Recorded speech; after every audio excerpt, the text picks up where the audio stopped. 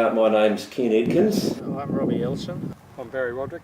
You know, spraying tools between each plant, spraying the ends of the cuts on the small ones and painting the big cuts. Of course it adds heaps more money and slows the job down, but did the best we could there. Every pruner had two sets of gear. As much hassle as it seemed, I think it was important that we did treat every vine as an individual.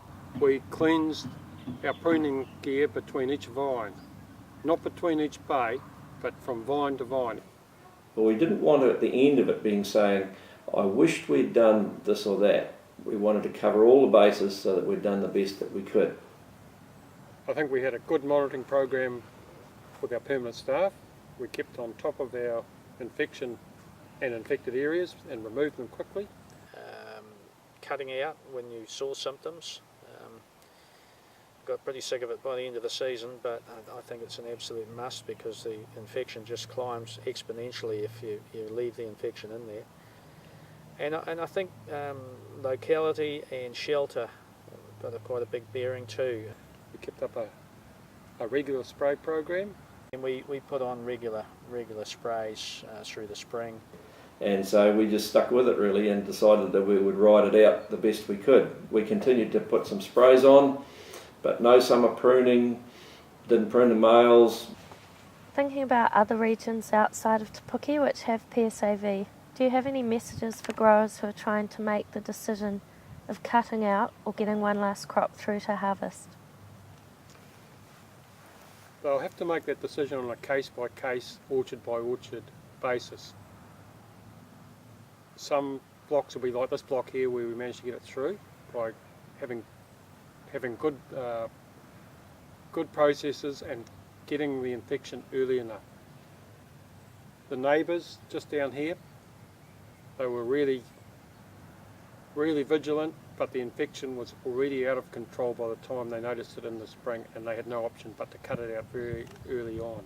If you're seeing secondary symptoms in the late autumn and going into the winter, you're going to have a difficult job getting the next crop through. And at that point you've got to make this decision, I think, to cut or not to cut. I'd be thinking cut, because if you spend money on your winter prune and so on, and then get to September and October as we did with our Brown Road property, and then have to cut, you've not only wasted the input that you've already put in, but you've also wasted a lot of opportunity to get the next variety up and running. There were orchards not too far away from us that got very badly affected last spring and struggled to get 3,000 or 4,000 trays a hectare. We ended up at the end of the season with about a quarter of the crop that we'd got the previous year.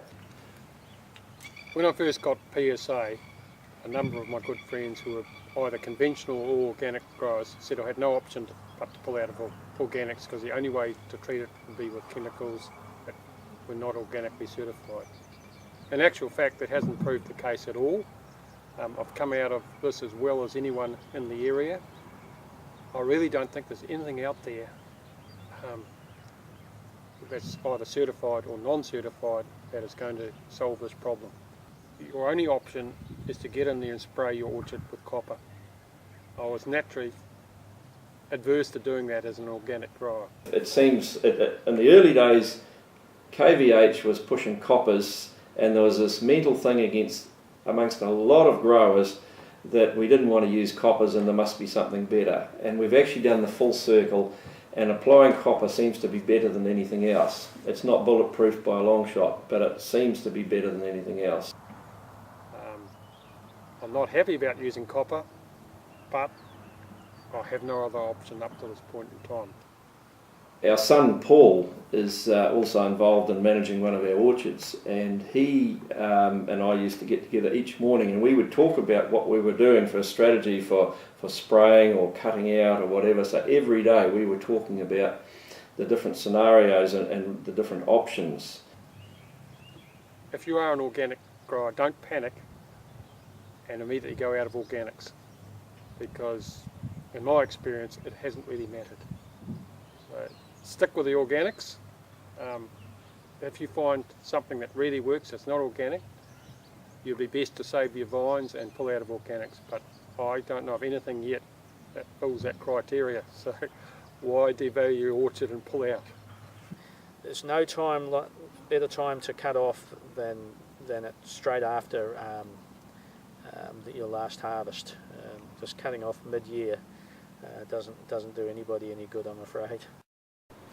During the middle of all the thing dealing with PSA, one of the things I guess to be really honest about is that me, who's a non-stressor kind of a person, I decided that I actually was stressed, and from some of the symptoms that they hand out and say, one of the things I was forgetting lots of things, and I was a little bit irritable. I'd have to say that the last 2 or 3 weeks through this autumn were pretty nerve-wracking.